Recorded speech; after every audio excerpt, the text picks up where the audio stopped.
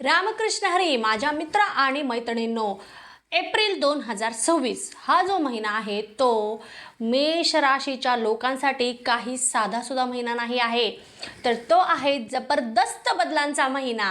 कारण काही लोकांच्या आयुष्यामध्ये अचानक पैसा मिळण्याची शक्यता आहे. काही लोकांच्या जीवनामध्ये नोकरीमध्ये अचानक बदल घडून येतील, तर काहींना करिअरमध्ये एक वेगळी संधी मिळणार आहे.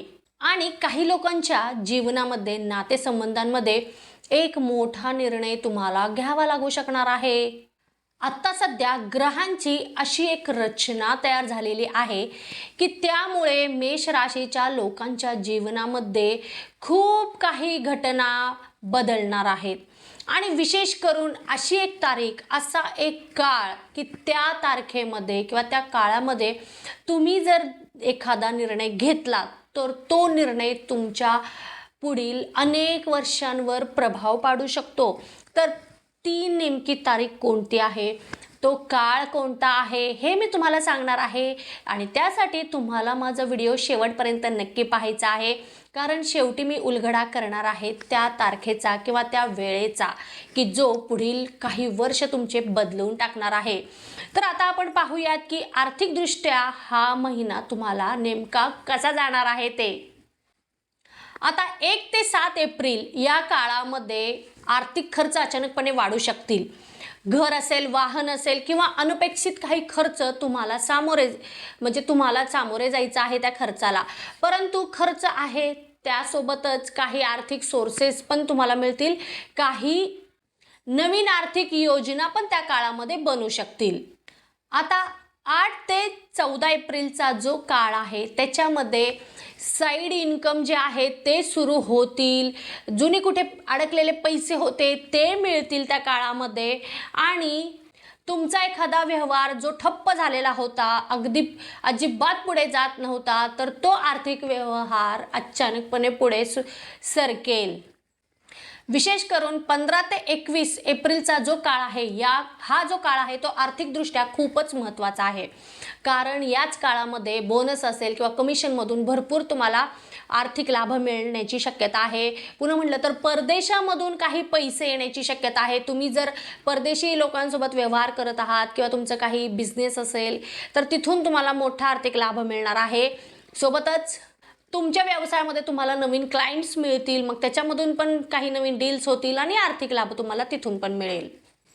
आणि महिन्याचा एंड म्हणजेच 22 ते 30 एप्रिलचा जो काळ आहे याच्यामध्ये तुम्ही इन्व्हेस्टमेंट करण्याचा विचार कराल एखाद्या ठिकाणी. लॉंग टर्म असेल तो.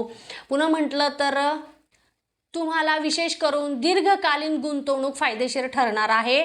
तर याच दृष्टीने विचार करा. आणि जमीन किंवा प्रॉपर्टी संदर्भामध्ये विचार सुरू होईल या काळामध्ये.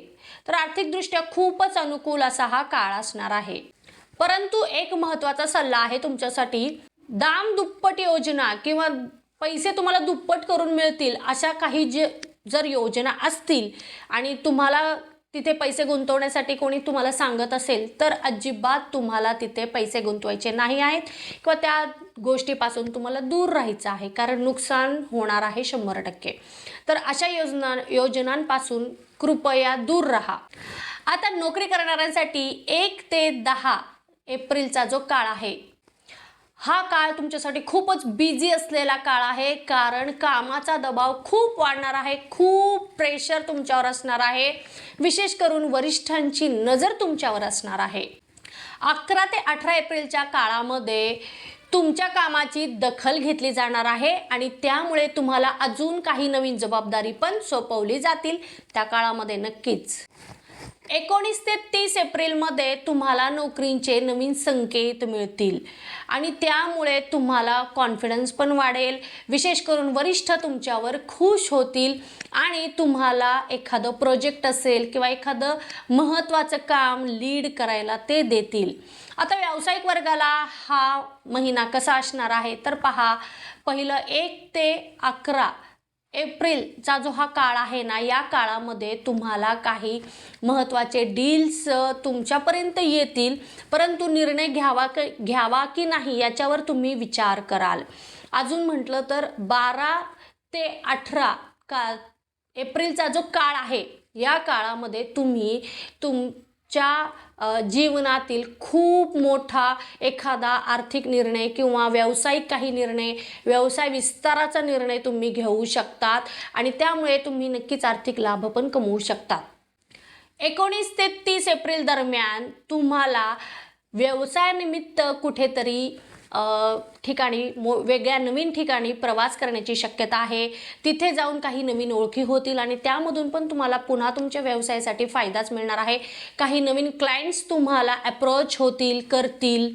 याच काळामध्ये तुम्हाला काही नवीन ऑर्डर्स मिळतील, काही नवीन डील तुम्ही करणार आहात आणि जे तुमचं काही व्यवसायाचं एक स्वप्न होतं विस्ताराचा परदेशामध्ये, त्याच्यासाठी तुम्ही एक पाऊल पुढे जाल किंवा सुरुवात तरी तुम्ही मंथ एंडला करणार आहात तुमच्या व्यवसाय विस्ताराचा, की तुम्हाला एखादी शाखा ओपन करायची असेल दुसऱ्या देशामध्ये किंवा परदेशामध्ये, तर नक्कीच त्याप्रमाणे पाऊल तुम्ही टाकणार आहात आणि तिथून पण तुम्ही आर्थिक लाभ कमवण्यामध्ये खूपच सफल राहणार आहात. आता विद्यार्थी वर्गाला हा महिना कसा आहे तर बघा, 1 ते 10 एप्रिलचा जो हा काळ आहे त्याच्यामध्ये तुमचं लक्ष विचलित होण्याची शक्यता आहे. विशेष करून मोबाईल असेल किंवा सोशल मीडिया असेल त्याच्यापासून दूर राहा. 11 ते 20 एप्रिलचा जो काळ आहे या काळामध्ये अभ्यासावर लक्ष केंद्रित कराल. विशेष करून जे कोणी स्पर्धा परीक्षेसाठी तयारी करत आहेत त्यांच्यासाठी खूपच उपयुक्त असा हा काळ आहे. नक्कीच तुमचं कॉन्सन्ट्रेशन वाढणार आहे, मनाला पाहिजे तसे परिणाम पण तुम्हाला मिळतील आणि तसं वातावरण क्रिएट होईल. 21 ते 30 एप्रिलचा जो काळ आहे यामध्ये तुम्ही नक्कीच उच्च शिक्षणासाठी जे कोणी परदेशामध्ये प्रयत्न करत आहेत ॲडमिशनसाठी, तर प्रयत्न अजून वाढतील कारण तुम्हाला थोडेसे पॉझिटिव्ह परिणाम पाहायला मिळतील त्याच्यामध्ये आणि विशेष करून मनासारखं कॉलेज मिळण्यासाठी पण तुम्हाला पॉझिटिव्ह परिणाम पाहायला मिळतील. महिला वर्गाला मात्र काळजी करण्याचा हा महिना असणार आहे कारण 1 ते 9 एप्रिल हा जो काळ आहे या काळामध्ये काही तुमच्या घरामध्ये शुभ कार्य किंवा कार्यक्रम होण्याची शक्यता आहे आणि त्याची पूर्ण जबाबदारी ही तुमच्यावर पडणार आहे. नंतर 10 एप्रिल ते 21 एप्रिलचा जो काळ आहे त्याच्यामध्ये जे कोणी वर्किंग वुमन असतील किंवा करिअर व्यावसायिक असतील तर त्यांच्यासाठी खूपच बिझी शेड्यूल्ड असलेला हा महिना किंवा हा काळ असणार आहे कारण यामध्ये तुम्हाला काही नवीन जबाबदाऱ्या पार पाडाव्या लागणार आहेत आणि काही नवीन संधी तुम्हाला मिळणार आहेत स्वतःला सिद्ध करण्यासाठीचा. 22 एप्रिल ते 30 एप्रिलचा जो काळ आहे याच्यामध्ये तुम्हाला तुमच्या आरोग्याची काळजी घ्यायची आहे कारण आरोग्यावर तुम्ही नक्कीच दुर्लक्ष करणार आहात आणि त्याचे परिणाम तुम्हाला मंथ एंडला नक्कीच पाहायला मिळतील. तर आरोग्याची काळजी घ्या या काळामध्ये. ज्या महिलांना स्वतःचं असं एक बिझनेस करायचा आहे किंवा स्वतःचं नाव करायचं आहे तर त्यांना नक्कीच या महिन्यामध्ये खूप संधी मिळणार आहे. मग त्या संधीचा नक्कीच तुम्ही फायदा घेऊ शकतात आणि तुमचं स्वप्न नक्कीच तुम्ही पूर्ण करू शकता.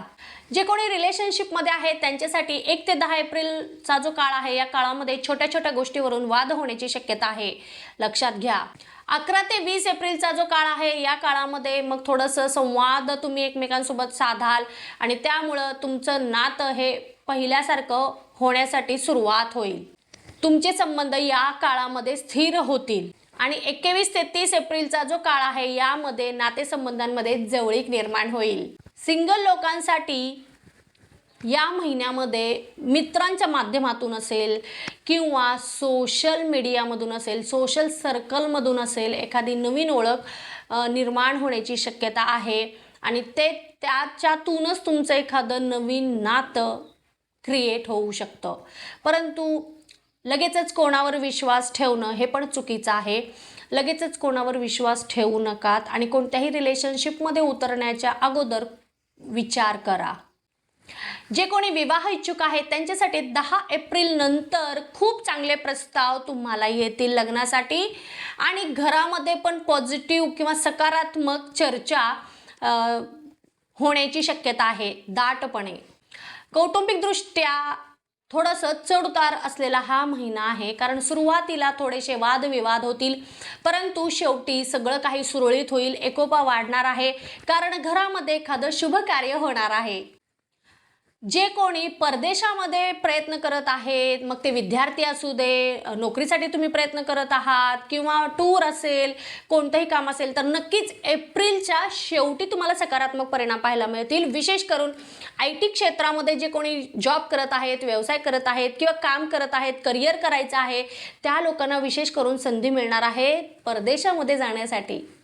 आरोग्य जर पाहिलं या महिन्यामध्ये तर 1 ते 10 एप्रिलमध्ये तुम्हाला झोपेचा अभाव राहणार आहे. अशक्तपणा, थकवा तुम्हाला जाणवू शकतो. 11 ते 20 एप्रिल दरम्यान ऊर्जा पुन्हा वाढणार आहे. 21 ते 30 एप्रिल दरम्यान पोटदुखी असेल किंवा डोकेदुखीचा त्रास तुम्हाला पुन्हा होऊ शकतो. त्यामुळं अपचनाचे त्रास पण तुम्हाला होऊ शकतात. तर खाण्यावर नियंत्रण ठेवावं लागणार आहे. अरबट चरबट खाणं टाळावं लागणार आहे, कारण तुम्हाला त्या गोष्टीचा त्रास होईल. विशेष करून तुम्हाला डोकेदुखीचा त्रास किंवा मायग्रेनचा त्रास खूप स्ट्रॉंगली होऊ शकतो. मग त्याच्यासाठी लगेचच उपाय करा किंवा डॉक्टरांचा सल्ला तुम्ही घेऊ शकता. ज्येष्ठ व्यक्तिवर्गाला मात्र हा महिना कुटुंबाकडून भरपूर सहकार्य मिळणार असणार आहे. तुमच्या मनामध्ये काही गोष्ट करायची आहे तुम्हाला सुरुवात, तर नक्कीच तुमच्या कुटुंबाचा पाठिंबा तुम्हाला मिळणार आहे ती गोष्ट सुरू करण्यासाठी, आणि त्यामुळं तुमचं मन आनंदी असणार आहे. आरोग्याची काळजी तुम्हाला घ्यावीच लागणार आहे, कारण थकवा जाणवू शकतो, गुडघ्याचे त्रास होऊ शकतात, विशेष करून मायग्रेनचा त्रास होऊ शकतो. तर वेळेवर खाणं, वेळेवर व्यायाम आणि वेळेवर तुमचं जे काही नित्य आहार आणि चालणं असेल ते तुम्ही करा, म्हणजे तुमचं आरोग्य व्यवस्थित राहणार आहे. या महिन्यामध्ये तुमच्यासाठी शुभ गोष्टी आहेत, जसं की शुभ रंग आहे लाल आणि केशरी, शुभ अंक आहे 1 आणि 9, शुभ दिवस आहे मंगळवार आणि रविवार, आणि शुभ दिशा आहे पूर्व दिशा. तर जरी काही त्रास असतील, तुम्हाला काही अडचणी असतील तुमच्या जीवनामध्ये, तर काही उपाय मी सांगत आहे. प्रत्येक मंगळवारी हनुमान चालीसा वाचा, गूळ आणि चणे दान करा, आणि जमत असेल तर दर मंगळवारी लाल फूल अर्पण करण्याचा प्रयत्न करा. तुमच्या देवाला असेल किंवा हनुमानाच्या मंदिराला असेल, याच्यामुळे तुमच्या आयुष्यामध्ये काही प्रॉब्लेम्स असतील तर ते कमी होतील. माहिती आवडली असेल तर लगेचच चॅनलला सबस्क्राईब करा, व्हिडिओला लाईक करा आणि जास्तीत जास्त लोकांपर्यंत व्हिडिओ शेअर करा. आता आपण भेटणार आहोत पुढच्या व्हिडिओमध्ये. तोपर्यंत ओम नमः शिवाय, हर हर महादेव.